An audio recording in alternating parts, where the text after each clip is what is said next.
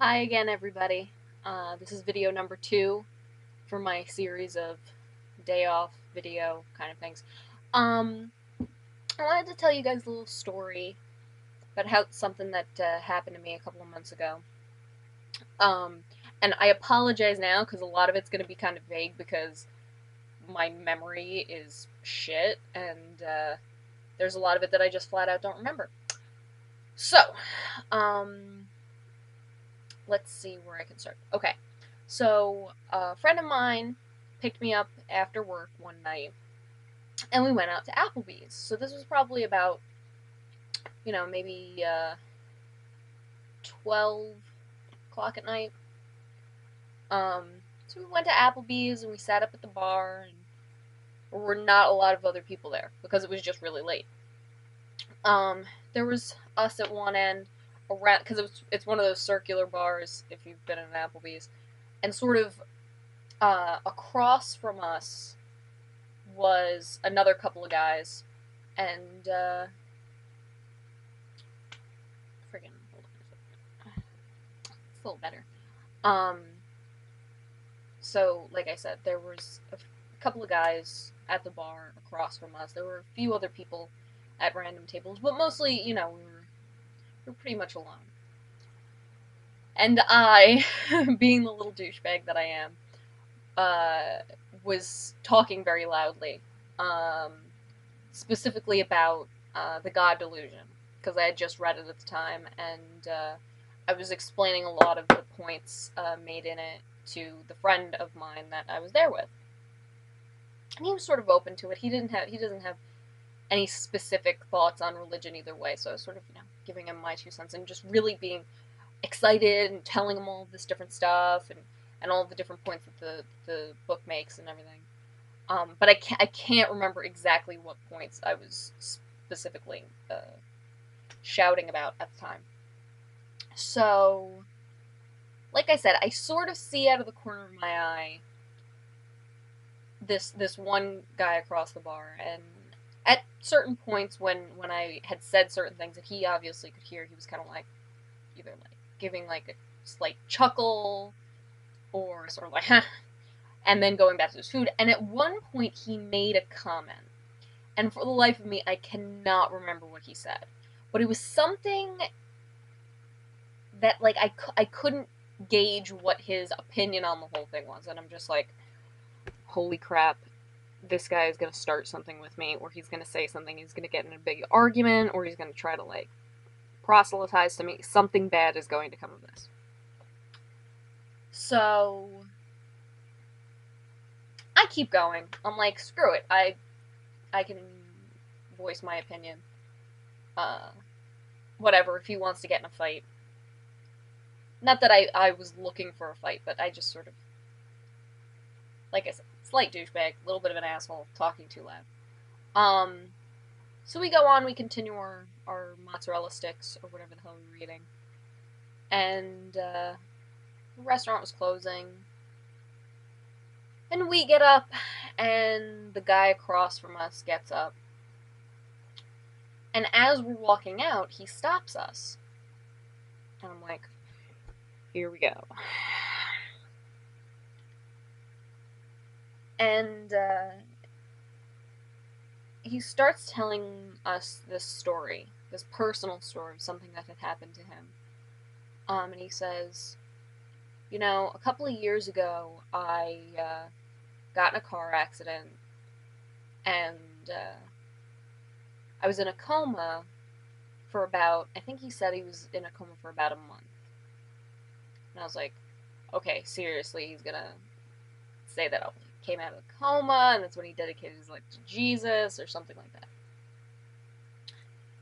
And he goes on, he's like, I really wasn't supposed to come out of the coma, and, I really thought that, everybody around me thought that I was going to die and everything, and everybody was praying for me.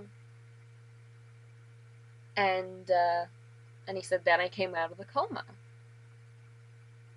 And, I was waiting for and that's why, and he said, and that's why I don't believe in God.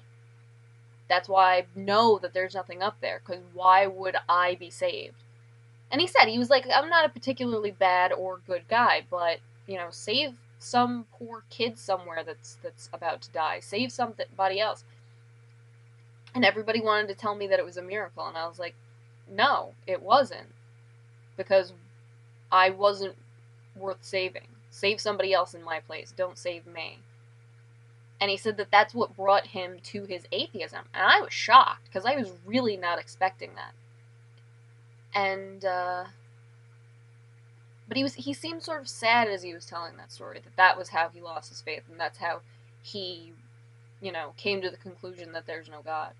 And I said, and that he really appreciated the things that I had been saying while I was there, because they were a little bit uplifting for him.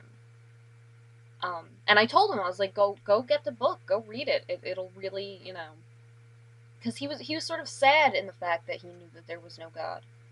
And I said to him, I was like, don't, you know, your eyes are open now, and now you can see everything clearly. And I shook his hand, and he shook mine, and, you know, he was, no offense if this guy ever sees this video, which I doubt he will, but he was kind of like a Jersey Goomba kind of looking guy, you know? He wasn't who you would expect to come out and be like, yeah, I'm an atheist.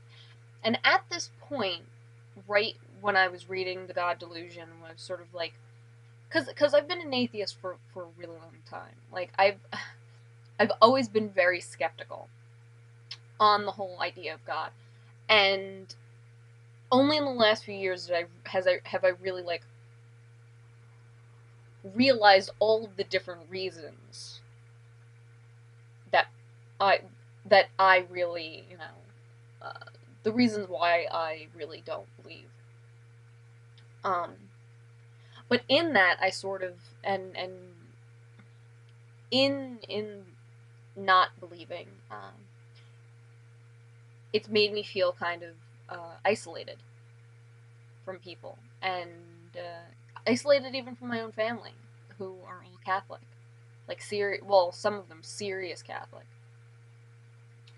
and, you know, I was getting that kind of like, I'm the only atheist in the world, which is one of the reasons why, you know, I've tried to become involved in at least a little bit in the conversation here on YouTube, because I know that there's a lot of conversation, and again, that the feeling of not being alone. And when this guy came out with this and said that he was an atheist, that made me feel a lot less alone. And I know there's been a lot of talk about this, about atheists coming out of the closet, and it's really, really, it's a bizarre thing, because even among people of faith, they seem to all have this mutual respect for other religions. Most people have respect for other religions, and the fact that they have, well, you know, at least they have convictions, and you know, have their faith and everything. But I don't know.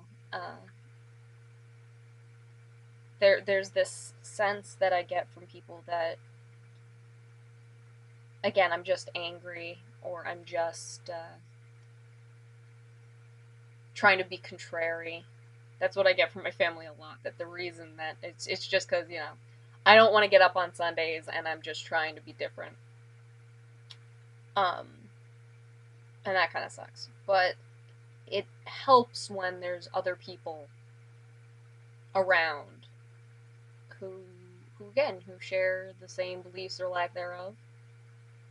And we can trade, you know, we can compare notes on experiences and all that kind of crap. So I just kind of wanted to share this little one of this random stranger in the middle of the night at Applebee's who made me feel a lot less alone. So there you go.